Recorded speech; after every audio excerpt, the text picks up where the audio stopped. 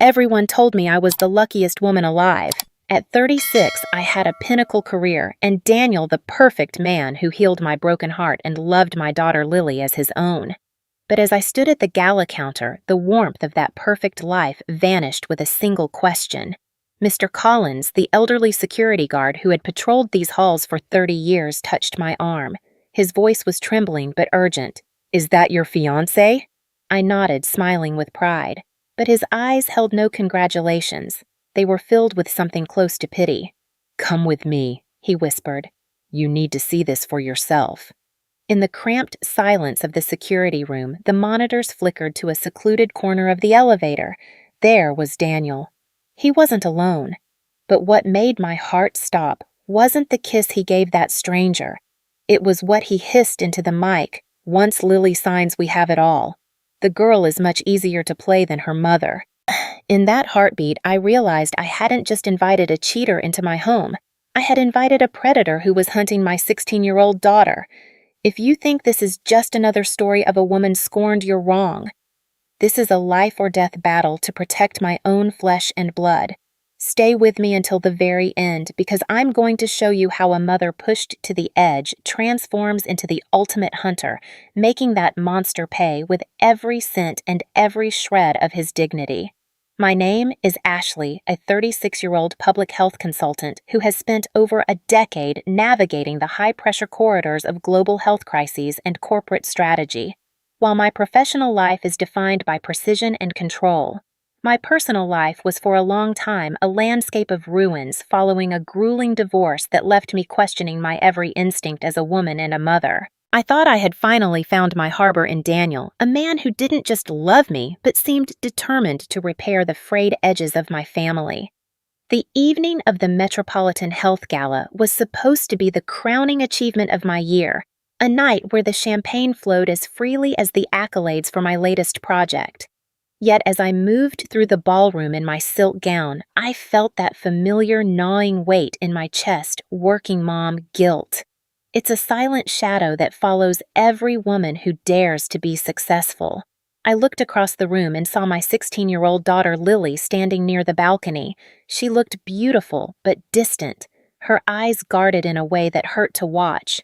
For the past year, she had been drifting away from me, retreating into a world of teenage silence that I couldn't seem to break. But then I saw Daniel approach her. He placed a gentle, grounding hand on her shoulder and whispered something that made her laugh, a genuine, bright sound I hadn't heard in months. Daniel was our healer, the man who had filled the void my ex-husband left behind with such seamless grace that I had started to believe I was the problem, the difficult one who couldn't provide the emotional stability my daughter deserved. I was heading toward the donation counter to finalize the night's contributions when the world shifted on its axis. Mr. Collins, a veteran security guard with silver hair and eyes that seemed to have seen too many of the city's dark secrets, stepped into my path. There was a haunting sadness in his gaze, an expression that stopped the breath in my lungs. He didn't say much, just a few urgent words that led me away from the glitter of the ballroom and into the cold, flickering light of the security surveillance room. The air in the small booth was stale, smelling of ozone and old coffee. "Mr." Collins pointed to a monitor displaying a secluded service elevator bank on the mezzanine level. My heart hammered against my ribs as I saw Daniel. He wasn't alone. He was pressed against the wall with a woman I recognized as Brianna, a socialite who had been circling our social orbit for months. I expected to feel the sting of a lover's betrayal, the sharp heat of jealousy. But as the audio from the high-sensitivity hot mic near the elevator crackled through the speakers, the blood in my veins turned to ice. Daniel wasn't whispering sweet nothings. He leaned into Brianna's ear, his face contorted with a cold, calculating greed I had never seen. "Stop worrying," he hissed, his voice devoid of the warmth he used on me. "Once Lily signs that trust amendment, we're secure. The girl is much easier to play than her mother." My knees nearly gave out. He wasn't just cheating on me, he was running a play. My daughter's trust fund, a multi-million-dollar legacy left by her grandfather to ensure her future, was the true target. The romance, the kindness, the healing. It was all a financial hit disguised as a fairy tale. I stumbled out of the security room, my mind racing. I needed to find Lily. I needed to get her away from him before the ink could even touch a page. When I finally found her in the garden away from the noise of the crowd, I tried to keep my voice steady, but the panic was leaking through. I told her we needed to go home, that I had discovered something disturbing about Daniel in the trust fund. I expected her to be shocked, perhaps even scared. Instead, Lily's face hardened into a mask of pure resentment. She stepped back from me as if my touch were poisonous. She told me that Daniel had already spoken to her about financial independence, warning her that I would eventually try to use the trust fund to keep her under my thumb. "He told me you'd do this," she said, her voice trembling with a terrifying conviction. "He said you were obsessed with power, that you can't stand the thought of me growing up and not needing you anymore. You're just jealous because he actually listens to me, Mom. He cares about my future while you just care about controlling it." It was a masterclass in manipulation. Daniel hadn't just seduced me. He had weaponized my own daughter's transition into womanhood against me. He had spent months planting seeds of rebellion, painting me as the villain of her story, so that he could emerge as her only true ally. Every time I had worked late or traveled for a consultant gig, he had been there whispering that I was too busy or too controlling, slowly turning my daughter into his unwitting accomplice in her own ruin. The drive home was a nightmare of silence. Daniel arrived shortly after us, his face a mask of concerned innocence that made me want to scream. He played the part of the peacemaker to perfection, suggesting that we all just need some rest, and tensions are high because of the gala. I retreated to my home office, my hands shaking as I began to look through the secondary digital files of the trust's legal correspondence. I had always been the primary trustee, but as I bypassed a security layer I hadn't checked in weeks, a new document appeared in the queue. My breath hitched. It was a preliminary letter of intent. A sophisticated legal maneuver that, if finalized, would grant Daniel significant oversight and advisory power over Lily's entire inheritance the moment she turned 17.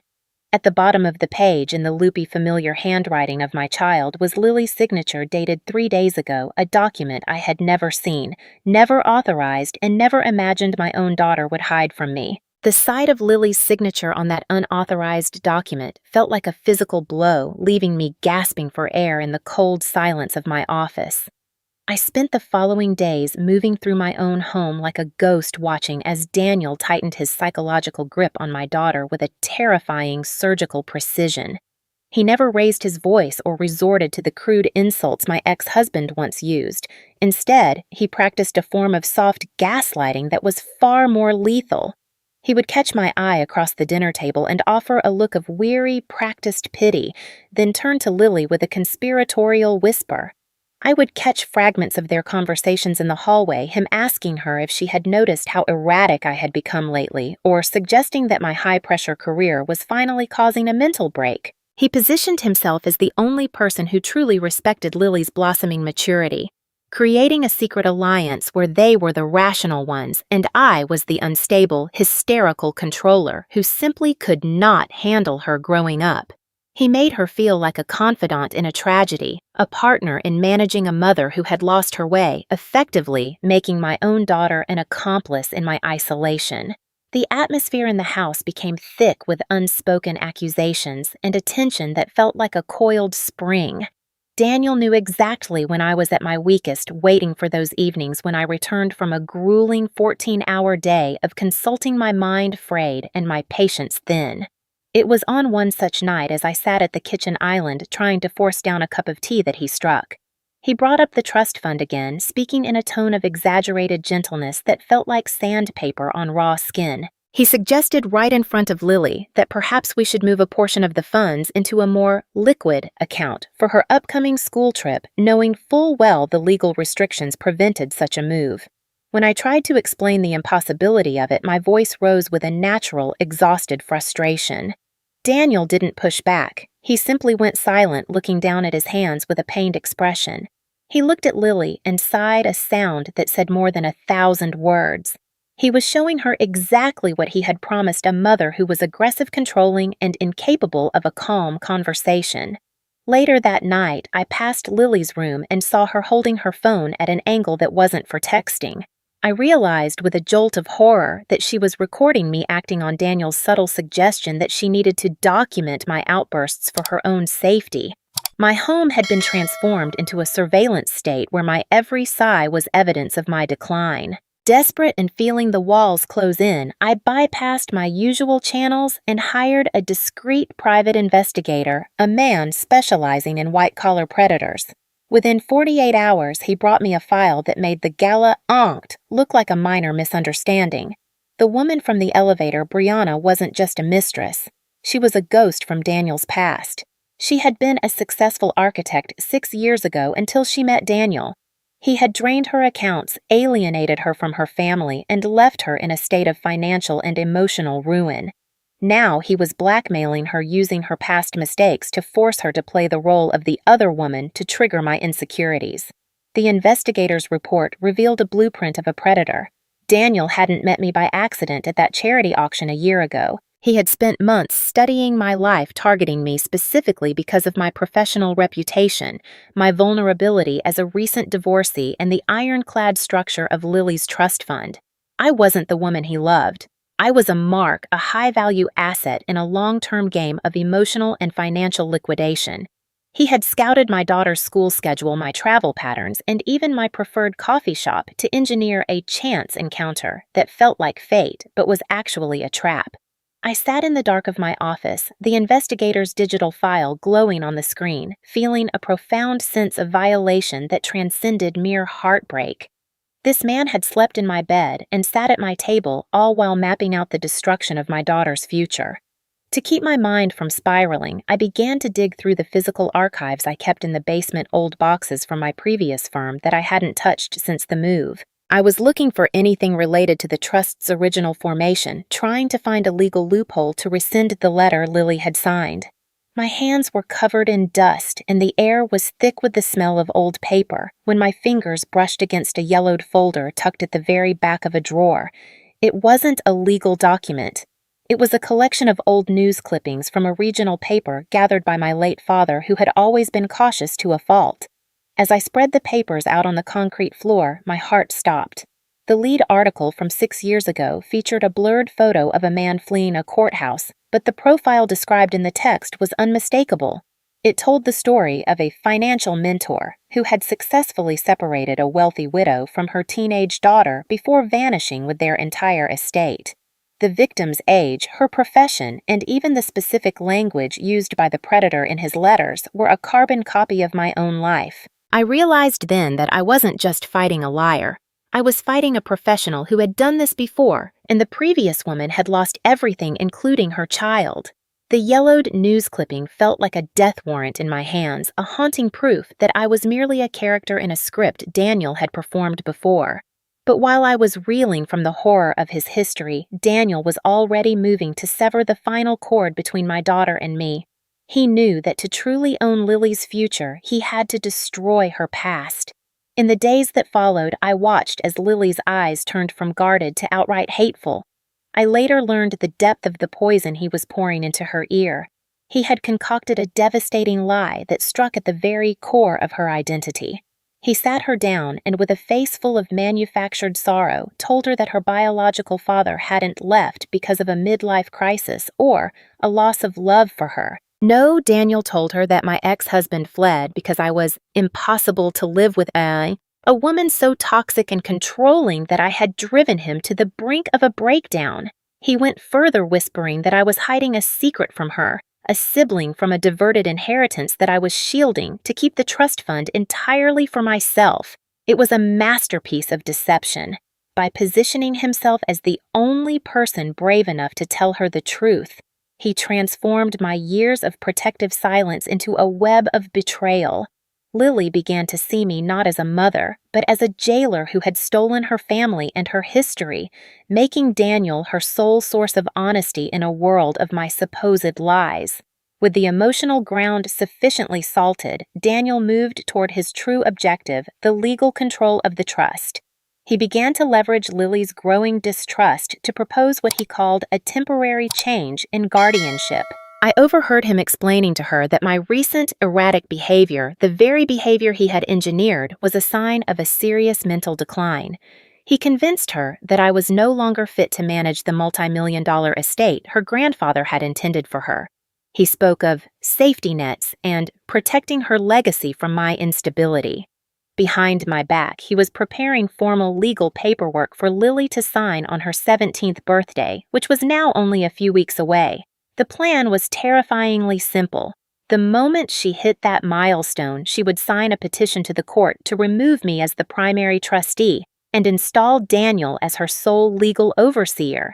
He was coaching her on what to say to a court evaluator, teaching her how to describe my outbursts and controlling nature, to ensure that he, a man she had known for only a year, would have absolute authority over her financial life before she even graduated high school. The tension in our home finally reached a point of no return on a Tuesday evening that will be burned into my memory forever.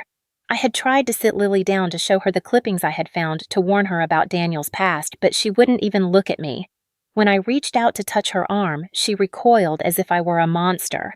The confrontation escalated until Lily stood in the center of the kitchen, her face twisted in a mask of agonizing contempt.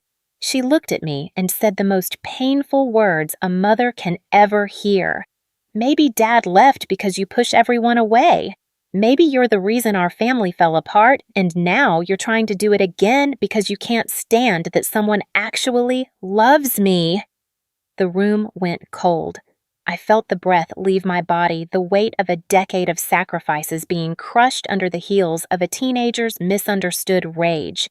Following Daniel's gentle advice to seek peace and space, Lily had already packed her bags. Daniel had generously provided a guest apartment in one of his business associates' buildings, a gilded cage he described as a sanctuary from my hostility.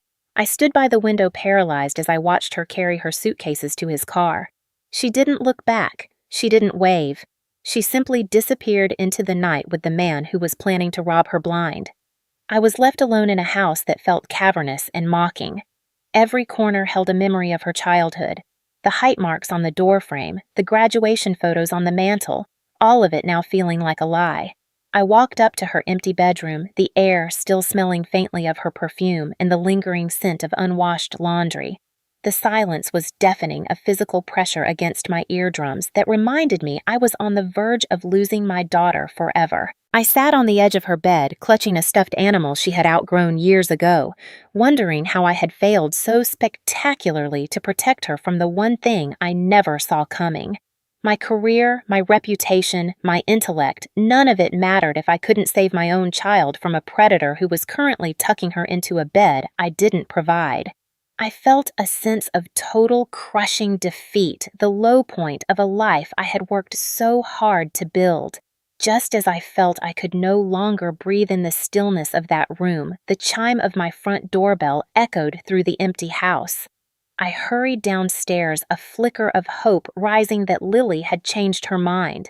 But instead of my daughter, I found a somber-looking courier standing on the porch. He handed me a thick envelope and requested a signature. Back in the kitchen under the harsh glare of the overhead lights, I tore the seal open.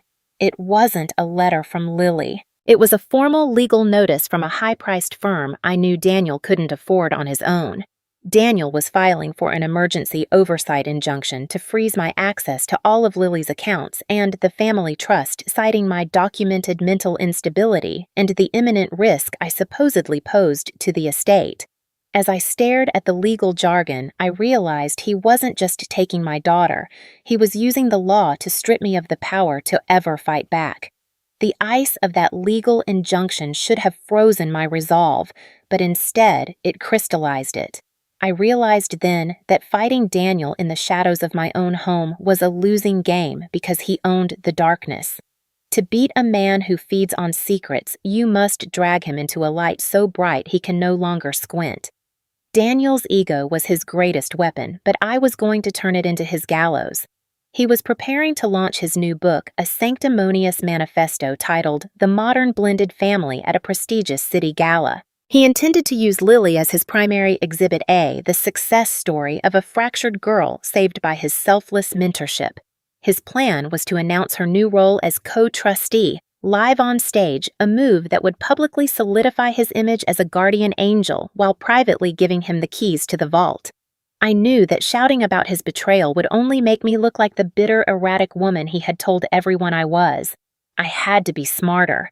I had to let his own narcissism be the rope that would hang him in front of the very world he sought to impress, and I had to do it by offering him exactly what he thought he had already won. Before the gala, I made a call that Daniel never saw coming. I reached out to Margaret, the woman whose daughter's story I had found in those dusty archives. Margaret didn't arrive with the fire of an accuser. She arrived with the heavy, quiet dignity of a mother who had watched her child's light go out. She was my shadow witness. I arranged a clandestine meeting between Margaret and Lily in a quiet library lounge hours before the event. I didn't say a word. I simply let Margaret speak. She showed Lily the exact same letters of intent her own daughter had signed 6 years ago. The same loopy promises, the same legal jargon, and the same tragic result of a drained life savings and a destroyed sense of self. Seeing her own signature mirrored in the ruins of another girl's life was the first genuine crack in Lily's brainwashing. For the first time, she didn't look at me with resentment. She looked at Margaret with a dawning, terrifying recognition. The seeds of doubt had been planted not through my anger, but through another mother's grief. When the gala finally began, the ballroom was a sea of tuxedos and silk gowns, the air thick with the smell of expensive perfume and Daniel's smug satisfaction. He stood at the podium basking in the spotlight with Lily standing stiffly by his side like a trophy. I waited for the precise moment he finished his speech about transparency and family trust to make my move. I didn't storm the stage. I walked up with the poise of a woman who had finally seen the light. I publicly vindicated him, apologizing for my past hesitations and offering him a special management contract that would supposedly grant him the oversight he had been fighting for. I watched his eyes gleam with a predatory triumph. Blinded by the need for public validation and the intoxicating scent of millions of dollars finally within his reach, Daniel signed the document right there in front of the flashing cameras. He thought he was signing his victory. He didn't realize that I had drafted that contract with a clause-back clause. By signing it, he was legally linking his current personal assets to the victims of his past schemes, effectively admitting a pattern of behavior that the law could now reach. The applause was deafening, a chorus of approval for a man who had just saved a family. Daniel turned to me, a victor's smile plastered on his face, his hand tightening on Lily's shoulder in a way that he thought was possessive, but was actually his final mistake. He whispered something about our bright future, his arrogance so thick it was almost suffocating. He thought he had outmaneuvered me, that he had successfully leveraged my daughter and my reputation to build his own empire. But as the cameras continued to click, I felt a familiar presence at my side. Mr. Collins, the elderly guard who had started this entire journey, was standing just behind us, his eyes fixed on the man who thought he was untouchable. Daniel was busy preening for the elite of the city, unaware that the foundation beneath his feet had already turned to sand. The contract was a confession in disguise, and the shadow witness in the back of the room was the ghost of his past finally catching up to his present. As the gala began to wind down and Daniel prepared to lead Lily away for a victory dinner, I felt the weight of the night finally begin to shift. The trap was set, the evidence was signed, and the first domino had been pushed. Daniel was still smiling, still playing the role of the perfect fiancé and the selfless mentor, but the air around him was growing thin. He was so focused on the applause that he couldn't see the exit doors were being monitored. I looked at Lily, and for a fleeting second she caught my eye. There was no hate there anymore, only a growing cold clarity. She was starting to see the man behind the mask, and the mask was beginning to melt under the heat of the ballroom lights. I felt Mr. Collins lean in close to me, his voice a low, gravelly rasp that was meant only for my ears. He didn't look at the cameras or the crowd. His gaze was locked on Daniel's retreating back. "The truth doesn't work fast, Ashley." He whispered, his words carrying the weight of a decade of waiting. "It works deep. Just watch his face when he tries to leave this building tonight." I watched Daniel walk toward the grand staircase, his head held high, completely unaware that the world he had so carefully constructed was about to be dismantled piece by agonizing piece. The gala had been a stage, but the true theater of war began the moment the bank doors opened the following morning. Using the contract Daniel had so smugly signed, my lawyers acted with the speed of a guillotine executing a total freeze on his personal accounts and the trust fund simultaneously. The financial noose was cinched tight, and the effect was instantaneous. Without the oxygen of capital to sustain his perfect gentleman facade, Daniel's carefully constructed persona didn't just crack, it evaporated. From the safety of my own lawyer's office, I received frantic sobbing messages from Lily. She was back at the guest apartment, hiding in the bathroom, listening to a man she no longer recognized. She told me the walls were practically shaking from the force of his rage. Daniel was no longer the soft-spoken mentor. He was a cornered animal screaming into his phone at Brianna, his voice a jagged rasp of vitriol. Lily heard it all, him calling her a useful brat and a stupid, gullible child who had been nothing more than a key to a vault. The realization that her hero viewed her as a mere tool for a heist was a trauma that shattered the last of his influence over her. The man who had promised to protect her was now the one she feared most, his true nature finally bared in the absence of his expected payday. While Daniel was spiraling into a series of desperate legal calls and explosive outbursts, he made the fatal mistake of all narcissists. He underestimated the child he thought he had broken. In his distraction, he left his encrypted laptop open and unattended on the glass coffee table. Lily, fueled by a mixture of terror and a newfound cold-burning clarity, didn't run. She searched. What she found was a digital museum of a predator's career. She stumbled upon a folder titled Next Prospects, a terrifyingly organized collection of dossiers on 3 other divorced women in the city, each with wealthy children and vulnerable emotional profiles. But the deepest wound came from a file specifically named after her. It wasn't a diary or a collection of memories. It was a grooming timeline. It was a scripted algorithm of manipulation, detailing exactly which lies to tell her on which days to maximize her hatred for me. It charted her emotional reactions like data points on a graph, noting the success of the lie about her biological father and the optimal timing for suggesting her mother's mental decline.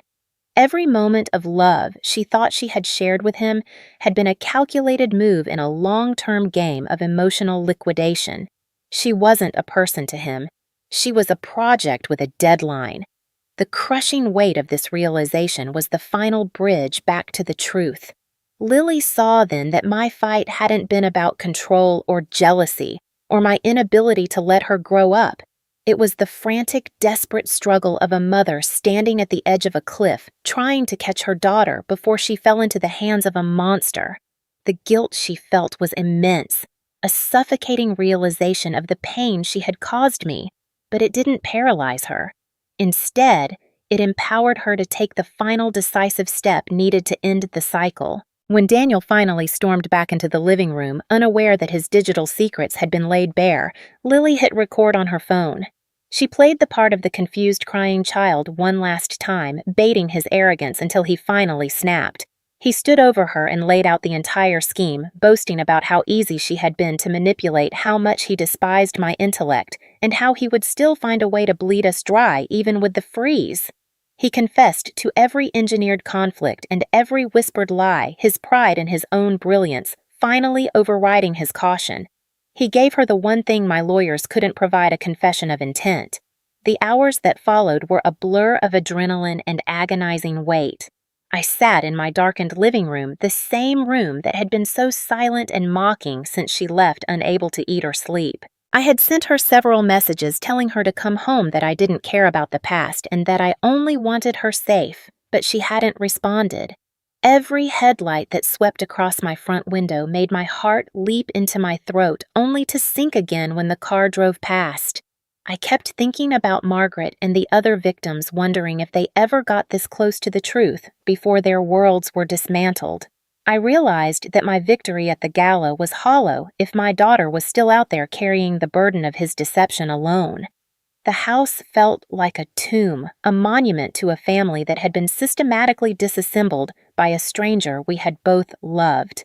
I wondered if the damage was too deep, if the things she had said to me in her moments of manipulated rage could ever truly be forgotten, or if they would always stand like a wall between us.